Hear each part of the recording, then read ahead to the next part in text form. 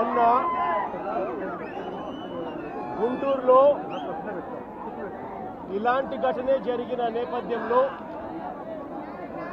అంబటి రాంబాబన్న ఇంటికి వెళ్ళి వాళ్ళ కుటుంబ సభ్యులను అక్కడ పరామర్శించడం జరిగింది. అక్కడ అంబటి రాంబాబన్న ఇంటిని వెళ్ళి చూసినప్పుడు నాగరిక సమాజం అంతా కూడా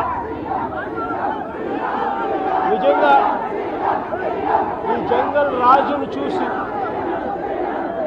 ఈ జంగల్ రాజ్ పరిపాలన చూసి నాగరిక ప్రపంచం అంతా కూడా తల వంచుకునేలా చంద్రబాబు నాయుడు గారు చేశారు.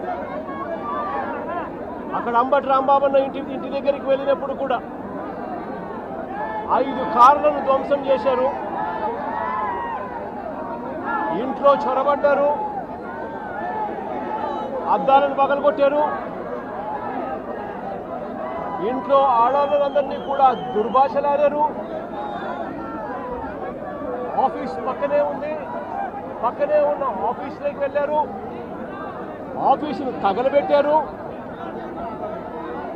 ఇవన్నీ కూడా పోలీసుల సమక్షంలోనే జరగడం చూసాం. అక్కడ జరిగిన ఘటన కూడా మనం గమనించినాం.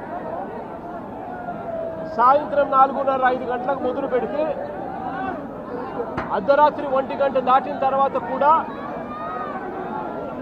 దహనకాండ జరుగుతూనే ఉన్నది.